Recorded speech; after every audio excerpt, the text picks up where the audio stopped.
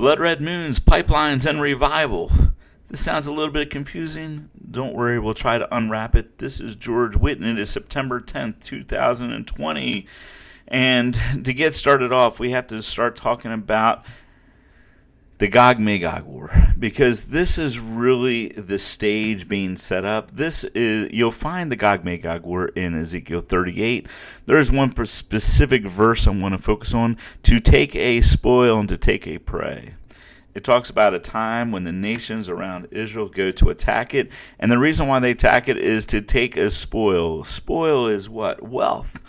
You'll notice that the stage, especially this week in today's headlines, is actually setting the stage for it.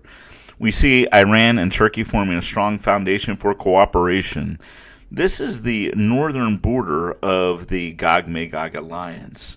And as we continue on, I'll kind of unwrap it. But to understand what's happening, you have to go back to the blood red moons. And this will really give you an understanding. You know, there was a lot of books written in 2002, 2014 and 2015. There was a tetrad. A tetrad is a series of 4 blood red moons that took place. They happened on Passover and on Sukkot, Passover, and the Feast of Tabernacles in back-to-back years. The last event happened on the super blood moon on September 27th, 2015. Now, this was seen in Jerusalem. No, it did not look like this. It was not a giant moon like this, nor did it look like this. This is just photoshopped. When I was in Jerusalem, this is what it looked like. And you could clearly see the blood red moon, and this is about 4 o'clock in the morning.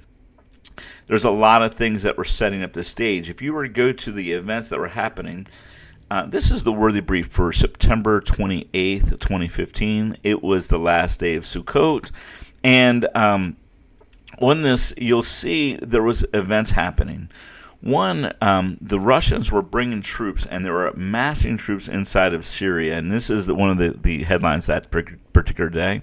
Russian plans for Russian military. Putin plans for Russian military in Syria. Has UN and Obama on edge. And at that particular time, on the 27th, this is the article, September 28th, 2015, that at the UN, Obama and Putin clashed over working with Syria's Assad. Now, to understand the events happening, you have to follow the money. Always follow the money. And you have to understand that in the Middle East, there was a control, a factor happening that actually goes back to 2010. In 2010, Qatar, or Qatar to some people, but it's actually Qatar, the Qatar-Turkey pipeline was being proposed. This is in 2010. Now, Qatar is a U.S.-backed country, and it's one of the small, tiny countries that's next to United Arab Emirates. And at the time, they were trying to do a pipeline going across the Middle East, going in, supplying Europe with gas.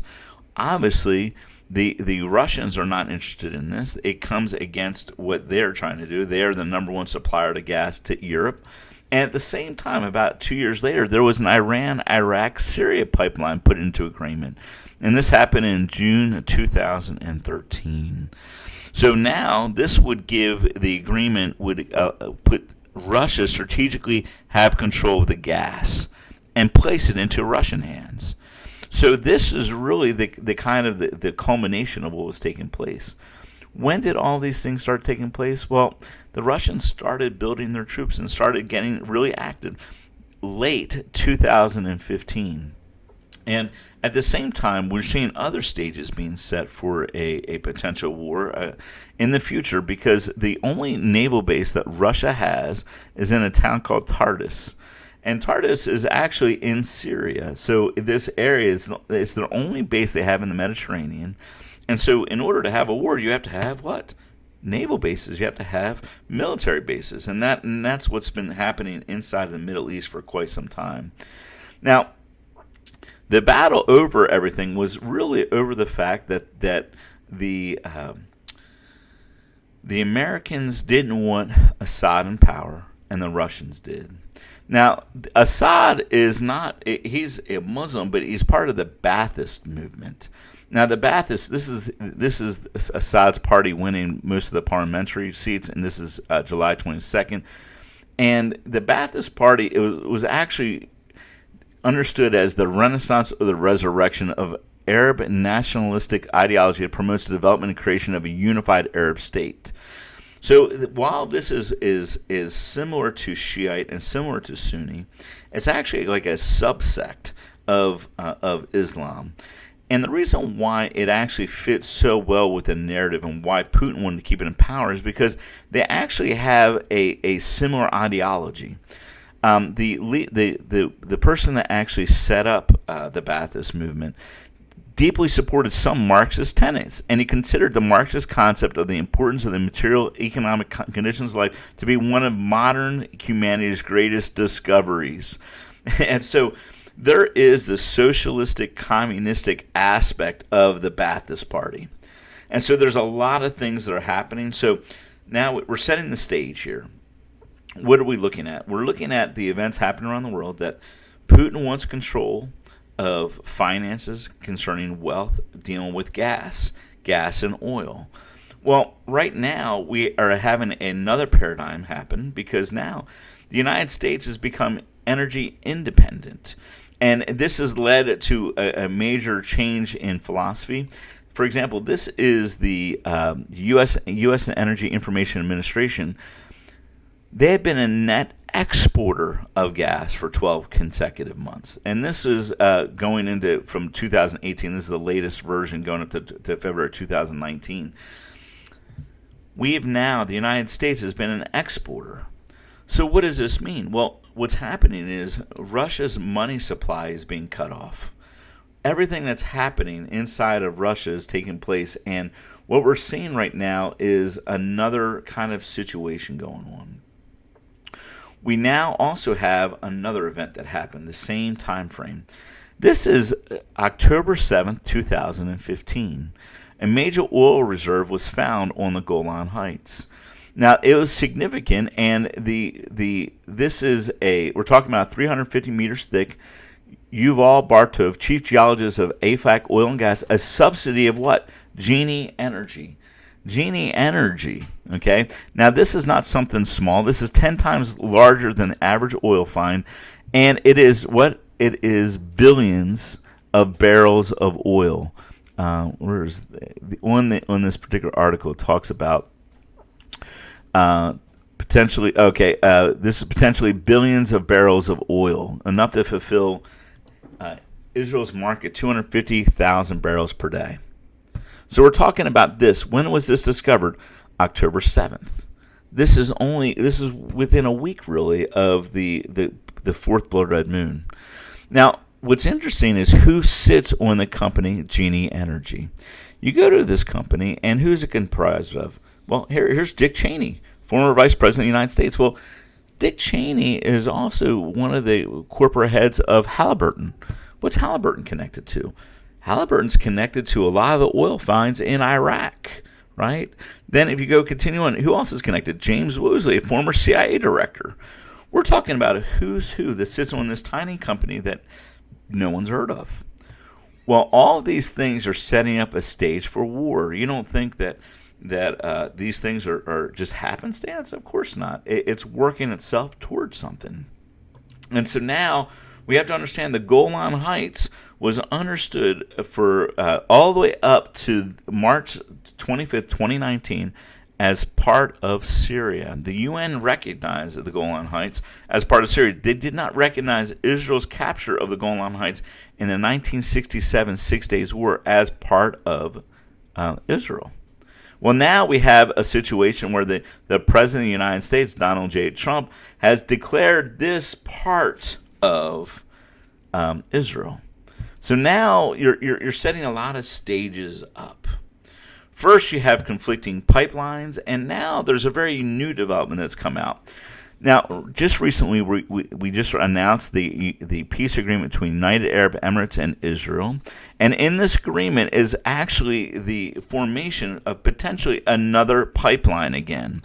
See, there was a pipeline that was set up in Eilat, and it was to go ahead and export oil out of Eilat and Ashkelon, and it was set up to transfer oil from the Iranian Revolution, or the Iranian Shah, until the revolution of 1979. And all of a sudden now, where super tankers couldn't go up the Suez Canal, now super tankers can dock at Israeli ports and have a capacity of double the size of oil tankers that can fit through the canal, saving hundreds of thousands of dollars per shipment to Europe and North America. Now, all of this is taking place. Why? Billions of dollars of oil. And so now this is a map of the Middle East. If you go ahead and understand what's taking place, here's United Arab Emirates. And now a tanker can go around this, come up, and instead of go through the Suez Canal, can actually go up to Eilat. When it comes to Eilat, then a pipeline can go up, and it can go ahead and divert one way going over here to Ashkelon, which is over here, and the other up to Haifa, which is over here. Now, what we're talking about is Israel then becoming a center, a hub for oil. Now, what do you think is going to happen when Saudi Arabia, when Oman, when Qatar or Bahrain start seeing what can happen? Hey, they're going to go ahead and say, hey, why don't we go ahead and send our ships over? But then it's going to get really interesting, because once Saudi Arabia makes peace with Israel, then they're going to say, why do we need a pipeline cutting through Syria? Why do we need a pipeline cutting through all this? We can have a pipeline go right through Saudi Arabia, where all the areas they control go right through Israel and go right out and serve all of Europe and North America. Israel then becomes a center, a place where money and oil is flowing through. It's becoming the center of everything happening. And so what are we seeing? We're seeing now an event take place. Now, while these things are taking place, we also see something else happening. Donald Trump is withdrawing troops out of Iraq and Afghanistan. Now, as they're withdrawing troops out of Afghanistan, and what's happening? Well, there's another dynamic going on. Now, I have to take you back. Now, this here is an interesting, this is a book. This is actually Sarah Huckabee Sanders' new book that just came out. And this is talking about when Donald Trump went to the Al-Assad base for Christmas. Now, I'm going to go ahead and start reading through this. President Trump addressed the U.S. troops at Al-Assad. Thousands of ISIS terrorists still held territory deep inside of Syria, refusing to surrender. The president entered a tent where two large 8-foot tables were pushed together to create a meeting space. At the table were some of the top American military officials leading the fight against ISIS. President Trump took a seat at the head of the table. The First Lady and Bolton joined him. Scavino, Miller, Walsh, Grisham, Luna, and I stood next to the table and listened as a decisive moment in the battle against ISIS and the future of America's role in the Middle East unfolded. After introductions, the president got straight to the point. What do you need to win? None of the military leaders at the table pushed back on the president's decision to pull troops out of Syria. Now, why is that happening? Why are they not pushing back? Well, you have to understand that there were troops not really interested in fighting in Syria. I mean, there was a whole contingent of soldiers inside of Syria saying, hey, we came to fight for America. We didn't come to fight in a Syrian civil war, and we certainly didn't come to fight for Al-Qaeda. And so that was the quagmire the United States found itself in Syria. And here's what happened. Instead, they recommended using troops from Iraq to complete the mission. Major General Daniel Kane said, "This base is closer to what's left of ISIS than our base in Syria. We can finish off the caliphate easier and faster from here." The president, anxious to bring our brave men and women home, asked, "How long will it take?" "A matter of weeks." Stunned, the president asked, "Then why haven't we done it yet?" "Mr. President, those are not our orders from our commanding officer. They are now." The president unleashed our military to finish off the ISIS caliphate and, if necessary, kill them all. It was classic Trump. So what was happening here? Well, all these dynamics that are happening in the Middle East is setting up something. See, the United States is withdrawing its troops out of Syria, and now the Syrian quagmire is really left up to Turkey and really left up to Iran. What's this setting the stage for? Well, it's this northern axis of Gog Magog. And inside the Gog Magog War, Togarmah was what many people would consider Turkey. It's not exact. We don't exactly know the tribes and exactly where they are. We just happen to, most prophecy experts would say Togarmah is Turkey, and we do know that Persia is Iran. So we have a situation happening that the Middle East, the formation of Turkey, Iran, and Gog Magog, or northern Russia, is aligning themselves. So what is happening now? Well, right now you're seeing an alignment take place. United Arab Emirates is against Iran. The Saudi Arabians are against Iran. We're going to see more and more nations go against Iran. Why is this significant? Well, inside of Islam, there's a civil war. It's really between Shiites. Shiites would be Iran and northern Lebanon and part of Syria, and about 60% of Iraq is Shiite, against Sunnis. Now, Sunnis would be Egypt, Sudan, Saudi Arabia. There's a civil war going on right now in Yemen. That's another topic. But all of these things are taking place, and it's setting up the stage for Iran. Now, in order to understand Iran, we have to understand that Iran is actually in the Bible. It's not necessarily called Iran in the Bible, though. This is a passage here. The word of the Lord that came to Jeremiah the prophet concerning Elam in the beginning of the reign of Zedekiah king of Judah. Thus says the Lord of hosts, Behold, I will break the bow of Elam, the mainstay of their might. I will bring upon Elam the four winds from the four quarters of heaven, and I will scatter them to all those winds. And there shall be no nation to those which are driven out of Elam shall not come. I will terrify Elam before their enemies and before those who seek their life. I will bring disaster upon them, my fierce anger, declares the Lord. I will send the sword after them till I consume them, and I will set my throne in Elam and destroy their kings and their officials, declares the Lord. In the latter days I will restore the fortunes of Elam, says the Lord. Now, what do we happen here? Well, what we see right now is Elam. This is the Elamite kingdom. Most of Elam is actually in Iran. The other key portion of this verse is this thing which says, in the latter days. In the latter days, this is in Hebrew, Acharit Hayamim. It literally means in the end of days. So we know now this is the end of days. Now notice here, we do know that there is a scattering. There shall be no nation to which those driven out of Elam shall not come. We know that after the 1979 revolution that took place in Iran, there was a mass emigration. Not immigration, people coming to Iran, but a mass emigration. People fleeing. They didn't want to be part of the Islamic theocracy. Now we do see an enemy. We do see a war coming. I will terrify Elam before their enemies and before those who seek life. I'll bring disaster upon them. Now, the enemy that is fighting, ready, is the kings and their officials. Why? God is not trying to destroy their enemies. He's trying to restore them. He's trying to set up his throne in Elam, and he's trying to restore the fortunes of Elam. So what does he have to do? He has to destroy the kings and officials. Well, that's kind of what happened. It's starting to happen. We saw that in January 9th, 2020, that the Iranian general was killed at a airport in Baghdad. I mean, he was wiped out. Well, this is prophetic.